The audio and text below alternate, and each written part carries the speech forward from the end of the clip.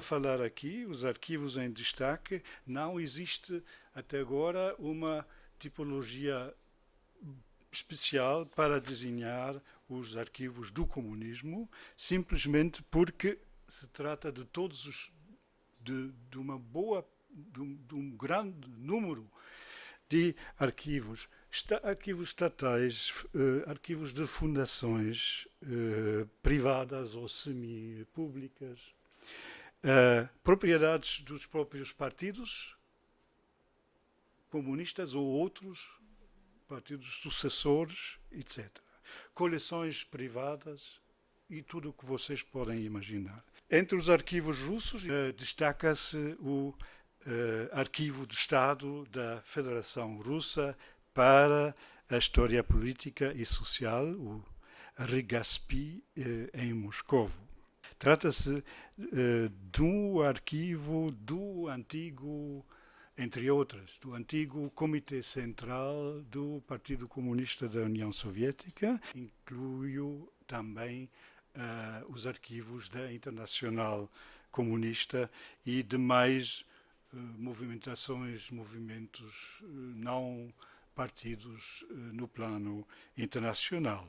Falamos também dos arquivos de Berlim, que é, neste caso, sem ser patriota nesse aspecto, mas uma cidade exemplar de arquivos, visto o desenvolvimento histórico.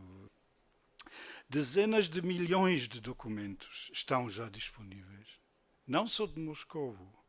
De facto, só a Federação Russa, como dizia, uma espécie de epicentro dessa revolução, tem aberta mais do que 500 milhões de unidades de arquivo.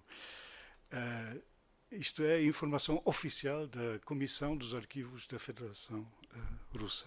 O processo para ir na história da abertura dos arquivos pode ser comparado com a abertura dos arquivos do Vaticano no século passado, no século XIX.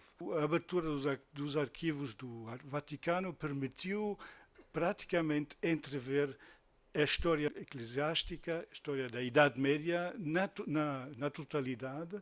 Agora, esta abertura permite, no mesmo sentido, permite a mesma visão sobre os movimentos comunistas, mas não só comunistas, socialistas, anarquistas, movimento operário e movimento democrático em geral. Como entrada sistemática nos arquivos russos, eu aconselho de ver os produtos, o trabalho da grande dame dos arquivos russos, que é a professora Patricia Grimstead,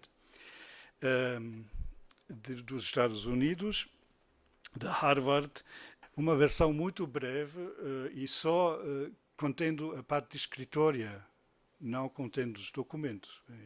Tem sido publicado pelo Instituto Internacional de História Social em Amsterdão, sob o nome que vocês têm lá, Archeobibliobay. Existem revistas especializadas, como a revista que eu edito, com Gleb Albert, que é a International Newsletter of Communist Studies. Tem uma pequena guia de utilização para os que não sabem falar o russo, que é bastante importante. Ele é um colega inglês que explica como encontrar agora os arquivos lá dentro da forma russo. Aqui temos um documento em brasileiro, em português. Querido Papito, muita saúde é o que mais desejo a você. Há muito tempo que estava para lhe escrever uma grande carta, uma carta das boas. Como dizem, mas sempre me falta o tempo e a vontade necessária para começar. Vocês veem, por exemplo, que esses arquivos vão diretamente não se trata só de correspondência de cúpula, mas vão diretamente nos pormenores, até regionais, até locais, Nossa, tem muita coisa para comentar, porque é um problema complexo em em diversas esferas.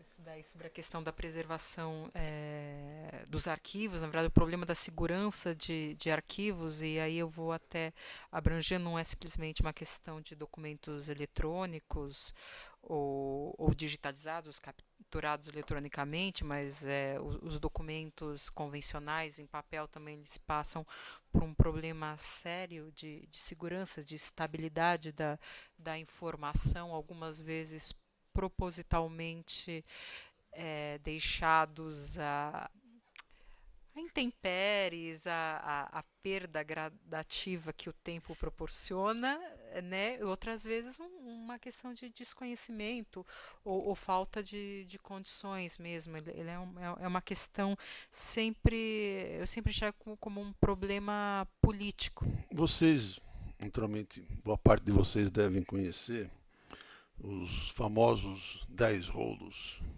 de documentos da Internacional Comunista que existem aqui.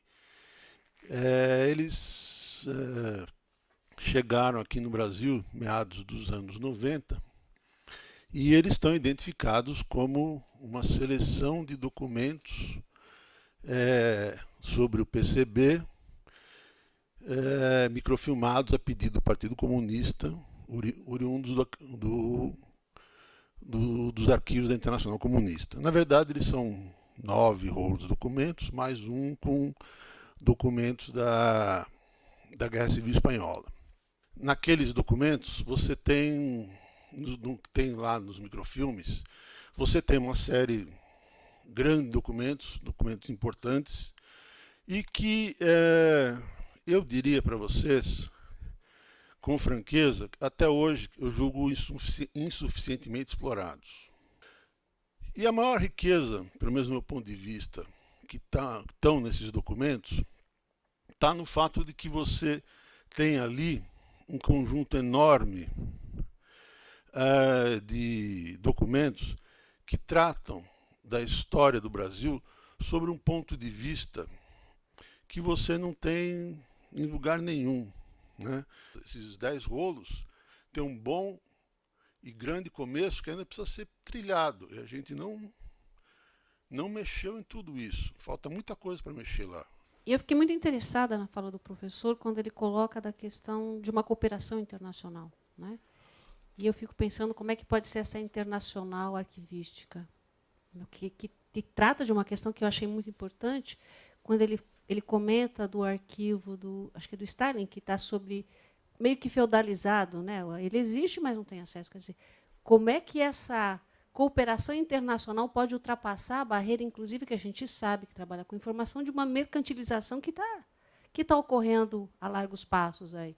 Os arquivos eles vêm atuando já há alguns anos com normas internacionais, que é uma tentativa de... bom, estava em russo, eu infelizmente não leio russo, então eu não conseguia saber exatamente quais foram os descritores selecionados para identificar os documentos, mas existe um padrão internacional. E aí eu queria saber um pouco como é que foi todo esse processo de construção de base comum com arquivos de 8 países diferentes e como é que esses dados se conversavam ali. Mas eu fiquei só assim, curioso para a gente tentar entender um pouquinho dessa geopolítica dos arquivos. Como é que essas potências que buscam a abertura de arquivos, por exemplo, na Rússia, na Ucrânia e tal, né? Como é que trata essa questão dos seus próprios arquivos?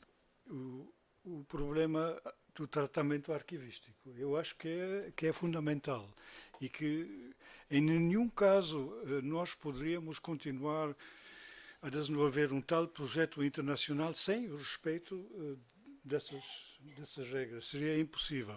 Nós, plural majestatis, temos uma grande vantagem que tem sido aproveitado para o projeto Comintern, mas que não tem sido aproveitado bastante, que é que esses arquivos são arquivos internacionais e normalmente nem nenhum país, nenhuma nação tem o direito de reservar, guardar, fechar, abrir ou não sei o quê, estes documentos. Eu acho que nós, no período da globalização, devíamos discutir muito abertamente sobre a herança internacional. O que está a fazer a Unesco não é bastante e não trata dos arquivos em primeiro lugar, mas devíamos precisamente pressionar lá já para questões da preservação. Se nós realizamos as cópias de preservação dos documentos, onde é que estão situadas, quem controla, etc, etc. São todos esses problemas que normalmente nos Estados, na sociedade dos Estados nacionais não se podem resolver, mas só no novo enquadramento internacional, numa nova política, numa nova ofensiva internacional dos arquivos. E lá venho ao problema dos escritores. Esse é um fato. Só vou dar o exemplo. Quando nós fizemos o projeto, ainda a indexação por parte do Conselho Internacional de Arquivos estava em vias, de maneira que nós fizemos uma indexação do acervo do Comintern com mais ou menos 200 mil escritores, acho. Só que esses escritores estão agora perdidos, desculpem. Estão agora perdidos porque a Rússia publicou, mas ao mesmo tempo russificou. Assim os servidores ficavam na Rússia? Os servidores ficavam na Rússia.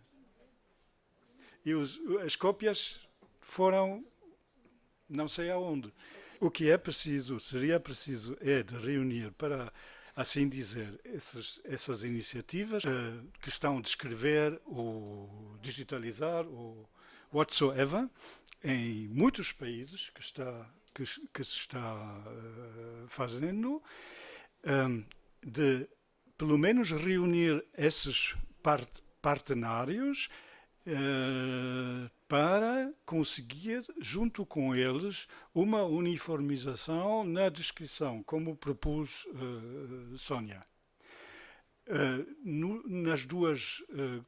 Com a ajuda das duas regras estabelecidas pelo Conselho Internacional dos Arquivos, que são, primeiro, a descrição das instituições e segundo, a descrição das biografias das pessoas.